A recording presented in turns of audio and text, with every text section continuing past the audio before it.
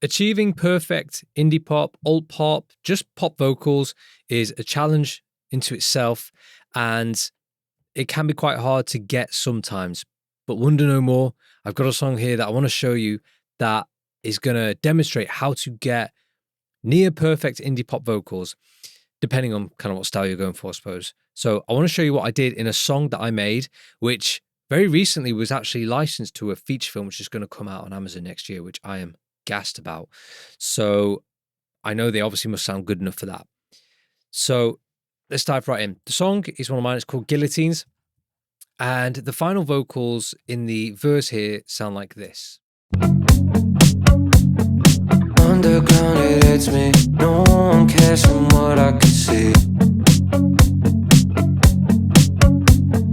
Wipe away the tears, alleyways with guillotines.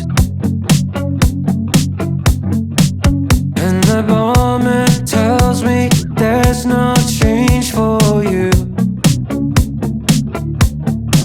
I said no sir, no chance, I'm gonna get a few. I love it when I come into you. I love it when I turn back on you. I love it, but only for the day with you. I love it. Cool. So that's how that sounds. And what I love about these vocals is that there's only one vocal track predominantly, apart from the second half of the chorus, which has a couple of these BVs coming in here. But essentially it is just one vocal, but it still feels really upfront, but also vibey at the same time. So I want to show you the process that I took to get that.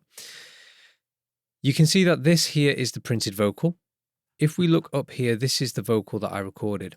So let's just mute our final vocal and we'll just unmute the first one that I did. I'm just going to turn off all the plugins here so you can hear how the dry vocal sounds. On its own, it sounds like this. Underground, it hits me. No one cares from what I can see. Wipe away the tears, alleyways with guillotines.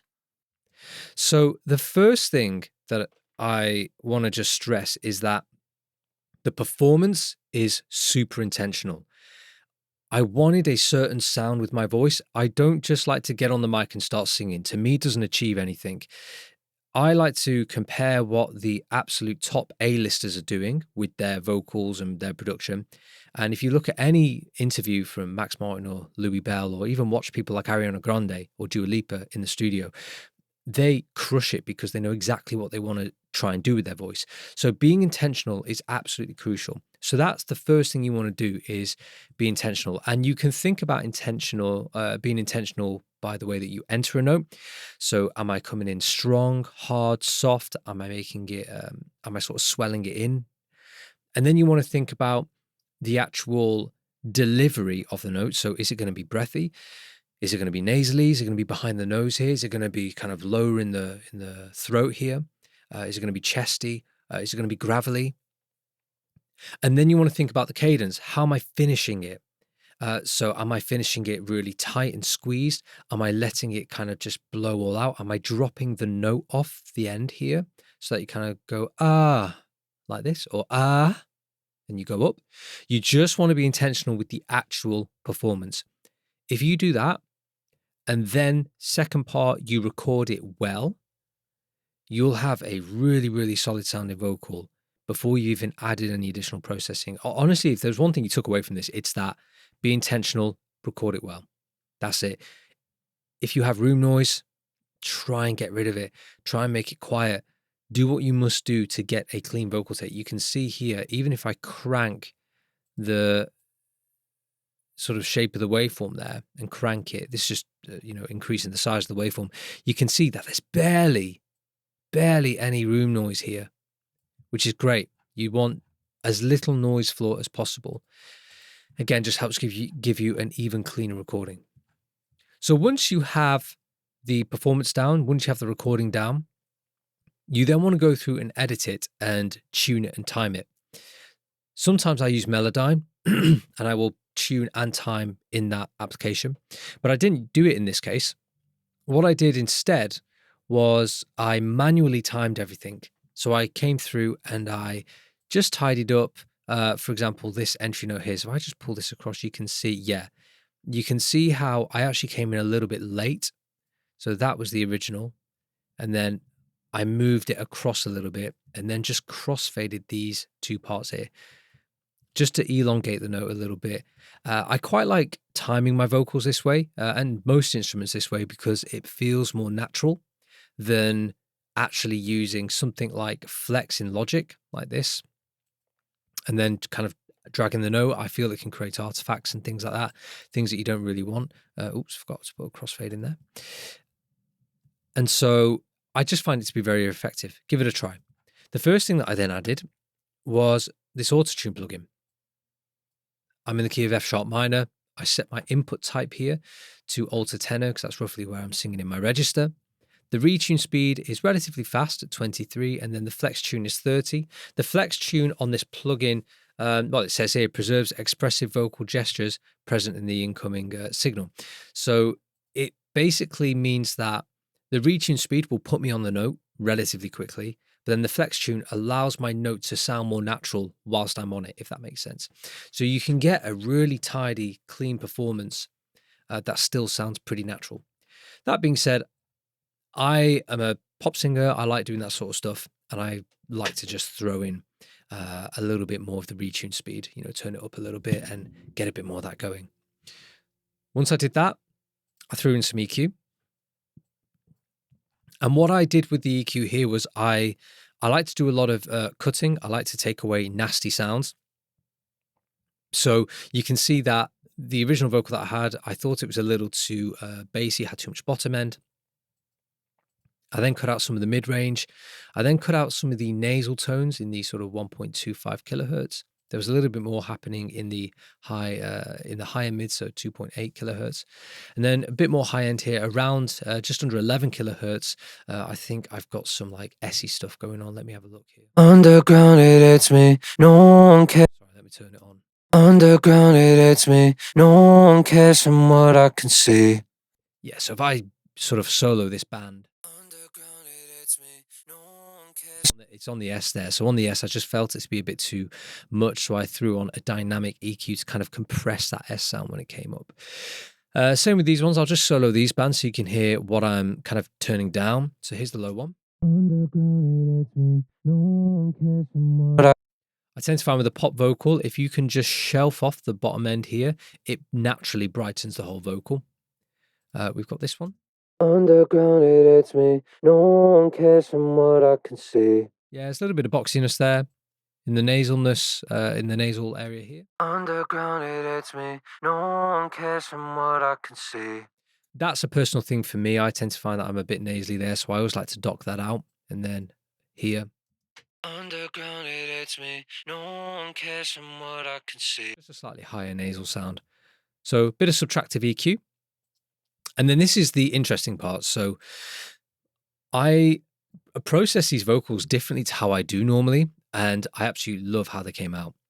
So I then actually went straight into adding an effect, which is this stellar echo, and it's kind of a recreation of a tape delay here.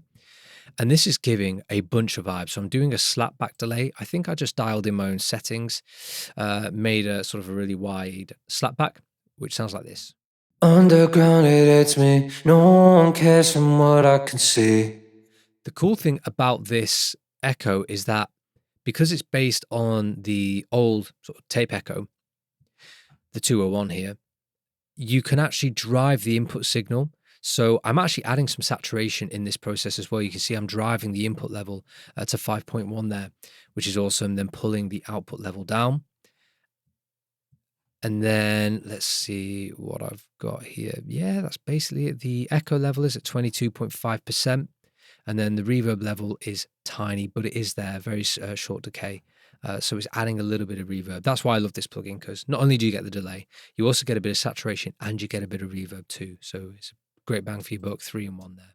Underground, it hits me. No one cares from what I can see. And I actually added that in the kind of recording stage. So I sort of heard it in context like this, and I basically loved how it sounded, so I left it. didn't want to touch it. And that's the other thing as well. If you are recording something and then you quickly throw an effect, but you love how it sounds in the moment, don't change it. Just work with that. Okay, you don't need to then go back to square one if you've already got a sound that you like. The next thing that I added was Effect Rack by Sound Toys. And I'm just adding a little bit of saturation here. Underground, it hits me. No one cares from what I can see. Just dialing that in at about, what's that? 30%, something like that. I'm then throwing on a de-esser. This is the Iosis. I'm not really sure how you pronounce it, but this is taming just some of those S's in my vocal. Underground, it hits me. No one cares from what I can see. Especially on that C there, you can see it's really doing the Lord's work there.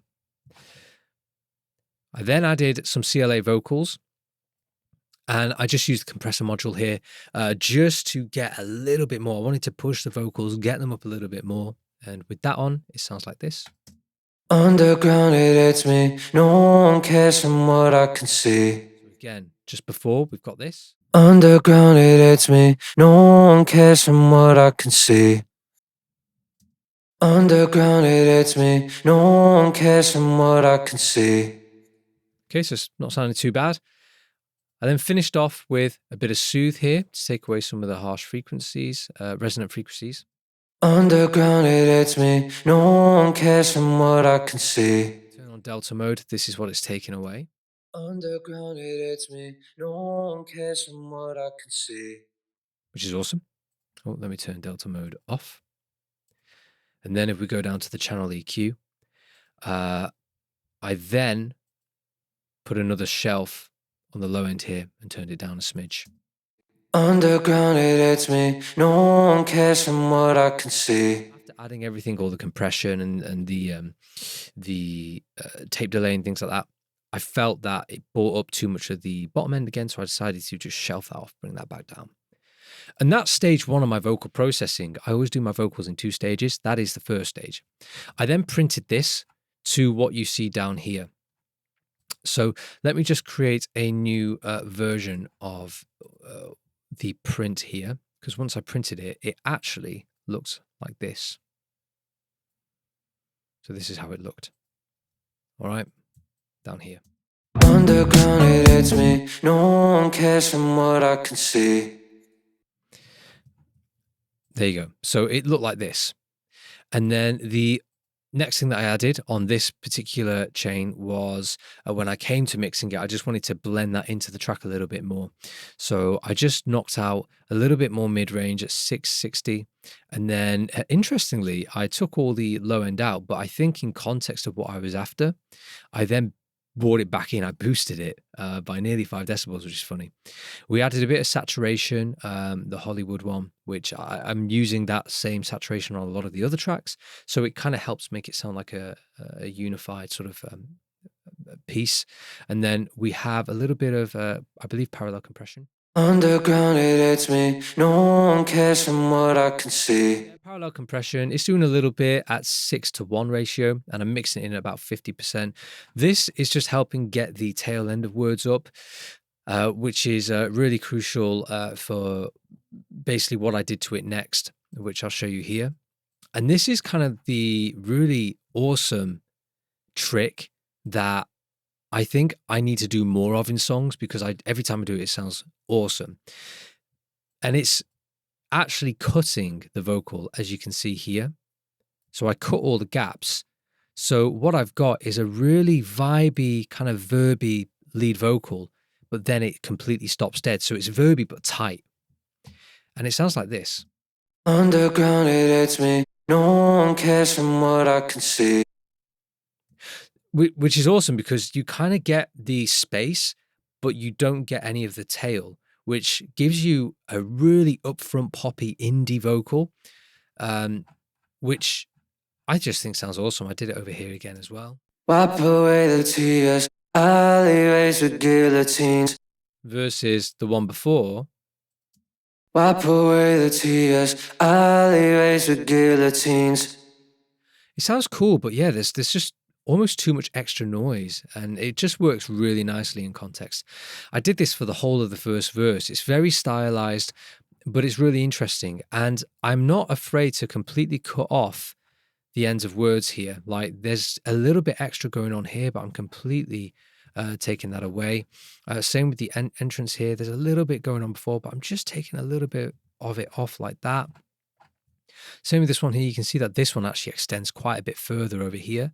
But again, the effect of just chopping it off gives it that really tight sound. I remember first hearing this in a Zayn record, I think.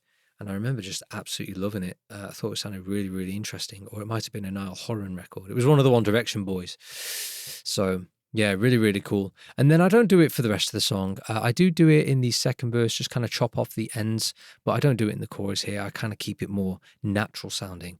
So that is how you can get a really, really amazing, upfront, vibey indie pop vocal that is still right in the listener's ears. So if you found this video helpful, like, comment, subscribe. If you're actually looking for someone to help take your song from demo to release ready, then check the link in the description, fill out the form, and I'll see if we're a good fit. I can take on a few artists every month with the projects that I do. So sign up, we'll have a chat and see if we're the right fit. Otherwise, hope you enjoyed the video, and I'll see you in the next one.